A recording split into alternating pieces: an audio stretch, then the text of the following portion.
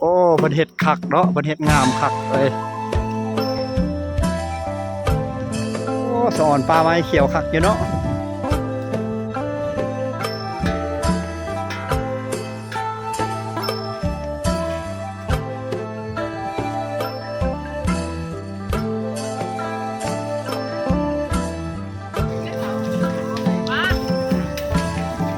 สวัสดีคุณลุง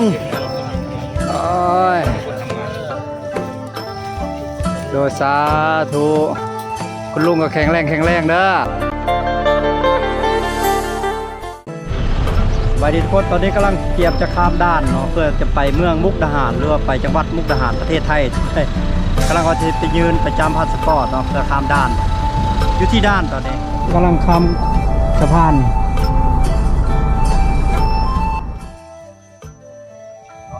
สวัสดีอีกครั้งหนึ่งตอนนี้เดินทางเข้ามาฮอดเมืองมุกดาหารเรียบร้อยแล้วตอนนี้เขาอยู่วัดปู่วรรณรมเดี๋ยวจะพาทุกคนขึ้นไปเบิ่งครั้งแรกในชีวิตแหละมาฮอดโอ้งามเนาะงามหลายทุกคนเลยโอ้คนอ่ะนี่คือเก่าอยู่บ่นี่งามคือเก่าอยู่บ่นี่โอ้ประเทศคักเนาะประเทศงามคักเลย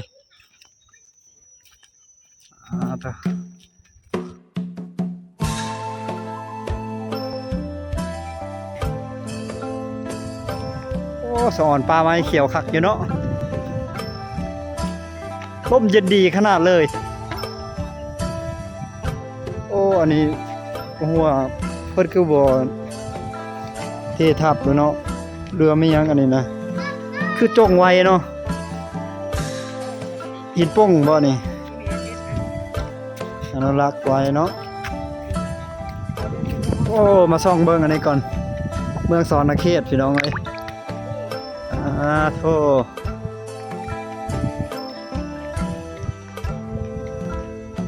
โอ้ขึ้นอินเทอร์เน็ตมือถือเล่าก็ได้เด้จุดนี้เห็นข้อความเขาแหละว้าโธ่ลำน้ำของน้ำโขงพี่น้องเอ้ยเมืองสวรรณเขตเมืองสวรรณเขตของบรัดเด้อเนี่ยเบิ่งเกี่ยวคุบเดี๋ยวตอนนี้เวลา5 โมงแรง5 โมงเย็นเสียงยังได้ห้องอดอยู่คืออันเครียดอันคือเสียงเครียดบรัดก็บ่ฮู้ว่านักท่องเที่ยวมาหลายหรือน้อยเนาะตามที่ว่าบรัดสังเกตเนี่ยก็คือสิหลายอยู่ทั้งเทิงเนาะท้องฟ้าก็งามคักเลยคือเป็นสีนี้โอ้ก่อนเมฆโอ้ไว้เลขมาสิออกบ่นี่คือหุบมาเลยนี่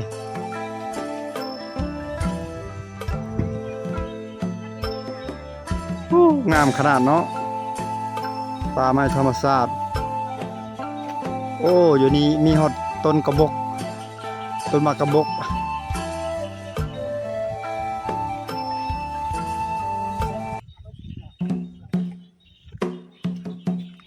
สิย่างลัดคือทางนี้แหละพี่น้องเอ้ยบัดขาลงแล้วจึงลงทางนั้นคือว่าเห็นกระเจ้าลงทางนั้นเอาขึ้นทางนี้ก่อนโอ้หินยังอะดิหินช้างอะบ่เลยหินด้วยหินธรรมชาติโอ้คือสิแม่นช้างเอาเนาะ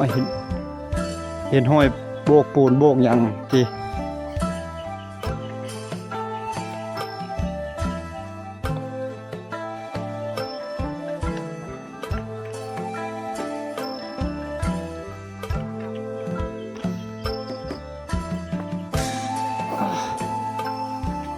วิหารมหาลาภ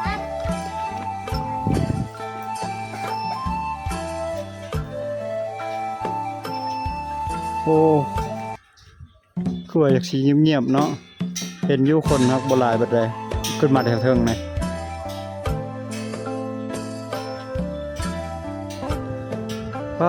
มีแต่ละครั้งเนาะสองข้างทางนี่มีแต่ละครั้งเบิ้งสิลองเคาะเบิ้ง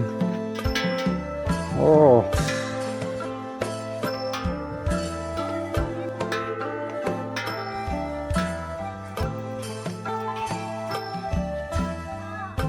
โอ้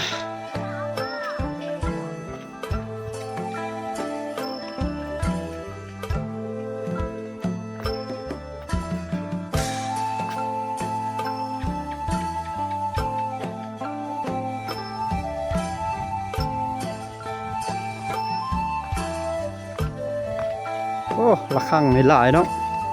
2 ครั้งข้างมือซ้ายนี่สิหลายประโมง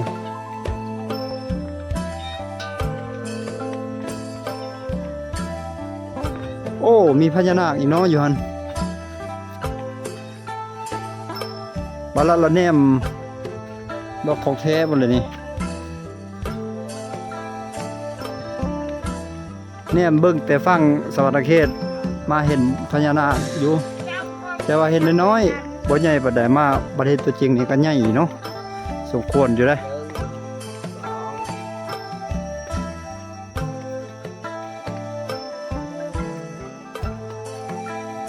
โอ้ครั้งแรกในชีวิตบ่าวรัดเพิ่นเฮ็ดคักอะลีเนาะ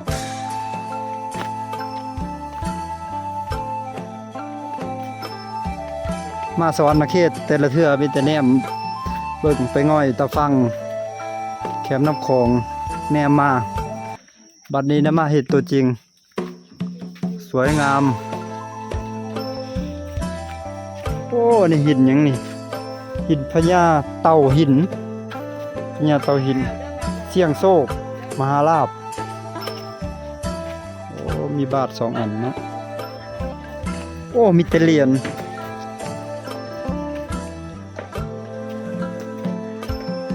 เขาจะเอาเหรียญมาติดใช่ไหม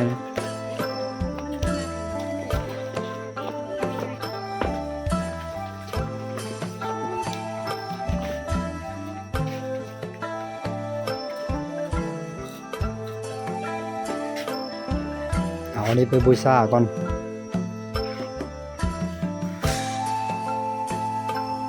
โอ้เพิ่นจะให้อันเชียกโชคเนาะเชียกโชคอันนึงโอ้มีตู้ยอดอยู่นี่เนาะเพิ่งเขาก็สิยอดก่อนยอดเงินก่อน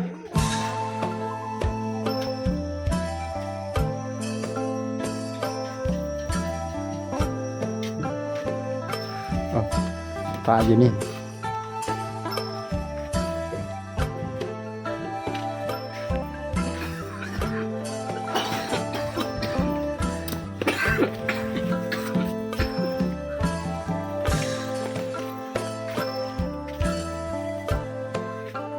โอ้น้ำคักเลย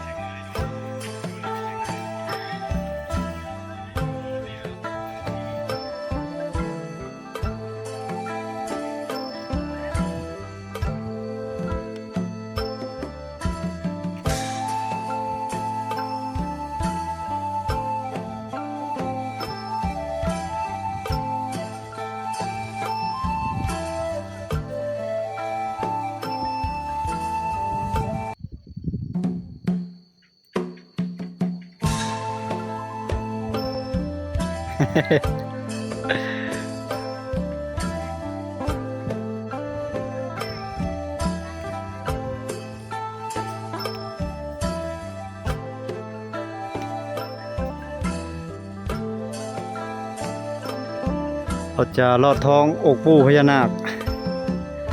ตามคำแนะนำ1จะมีหลายซองแม่น9 ซองบ่นับไปนำกันแหละ2สิมืดเลย7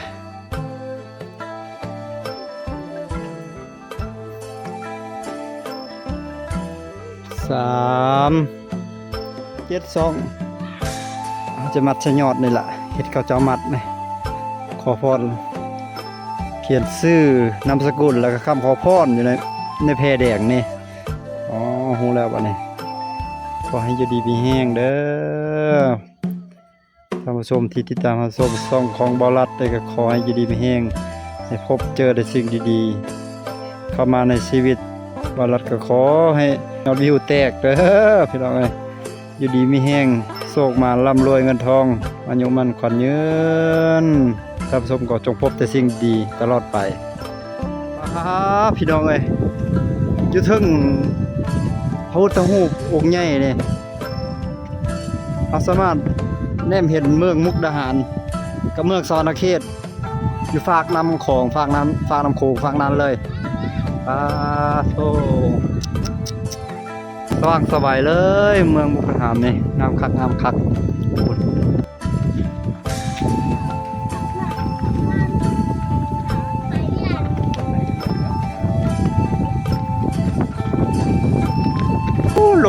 ลงพ้นไปอำเภอดอนตาดแน่เนาะเรียบตามลำน้ำโขงลงไปงามเมืองมุกดาหารกับเมืองสวรรณเขตอยู่ฝากน้ำโขงเบื้องนั้นมีฮอตลิฟต์พุ่นนะ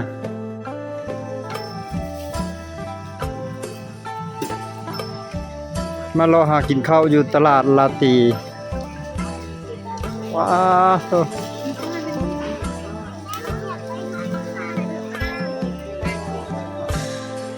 ตอน10 ปีคือหลัง12 ปีคือหลังบ่ละเคยมาเทื่อนึงตลาดนี้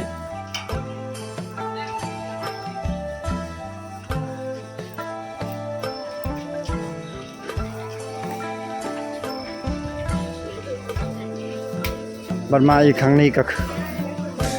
แห่งคือว่าคนหลายกว่าเก่าเนาะ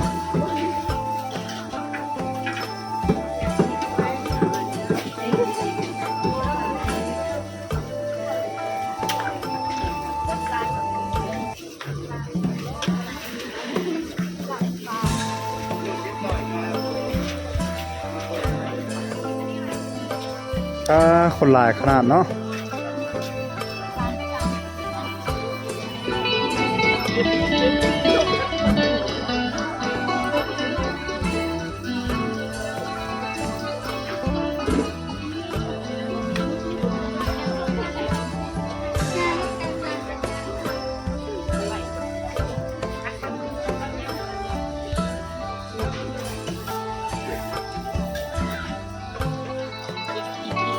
วุ้นใบเตย20 บาทวันนี้13,000 กีบประมาณ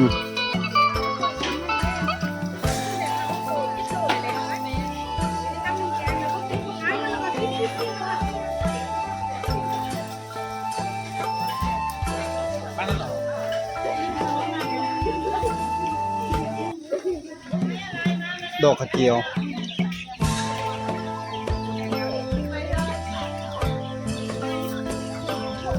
ทุกแล้วพร้อมกินพร้อมรับประทาน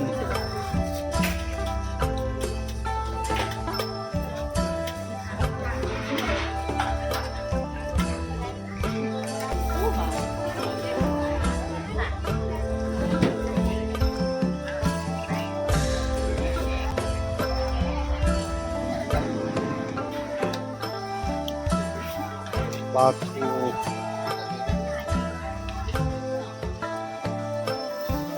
ซื้อลาเป็ด50 บาทลาเป็ด50 บาทลาเป็ดลาเนื้อลาหมูสุกค่ะชุดละ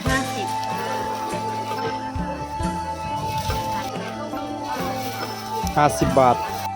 ซื้อแตงโม30 บาทเหรอ30 บาทตัวนี้40ส้มเนาะ40ส้มโอมะละกอก็40เอาแตงโม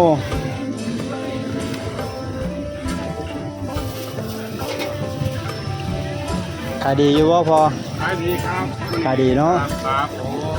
มันเด้อมันในนี้ดีเดินมาครับ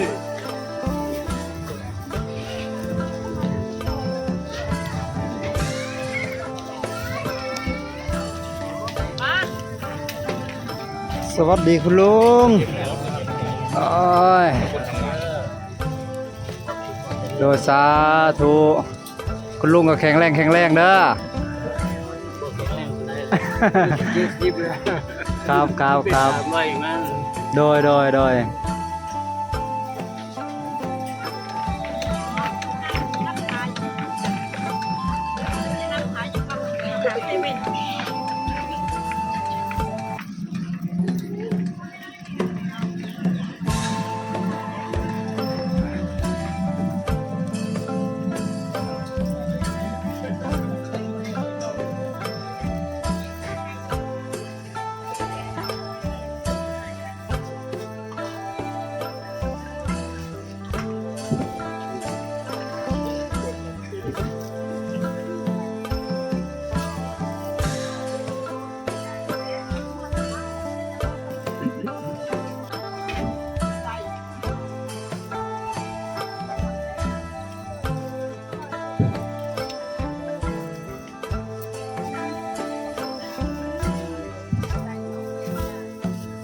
ซื้อตำบักหุ่งตำลาว50ตับแตง50กระปุน50มีแต่แนว50ตัวนี้60เนาะตัวนี้ซื้อตำบักหุ่ง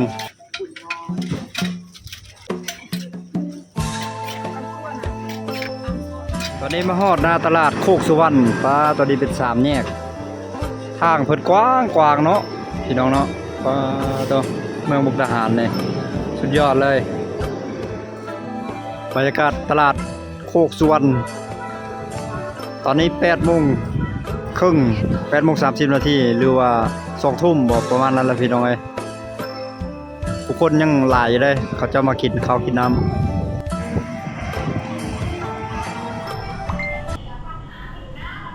ตอนนี้บรัฐมาแวะพักอยู่บ้านพักแห่งหนึ่งเนาะอยู่เมืองมุกดาหารนี่แหละก็นี่เป็นห้องแอร์ราคา350 บาทก็โอเคอยู่เลย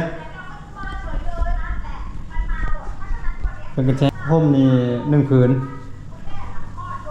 แล้วก็แพรมีแพรดูพาเซตโตอาบน้ำ2น้ำ2แล้วก็จะมีสบู่2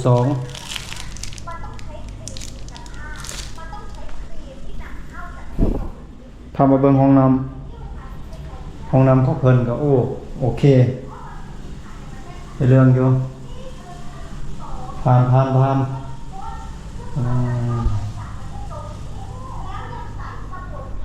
จะพักผ่อนอยู่ในมื้ออื่นเดี๋ยวเราจะไปเลาะเมืองมุกดาหารอีกพี่น้องเอ้ยมีโทรภาพทีวีให้เบิ่งอีกคักหลายไว้เพิ่นมีอย่างนี้ Wi-Fi บ่นี่แล้วก็มี Wi-Fi ให้ใช้อีกคักหลายเป็นรีสอร์ทได้พี่น้องเอ้ย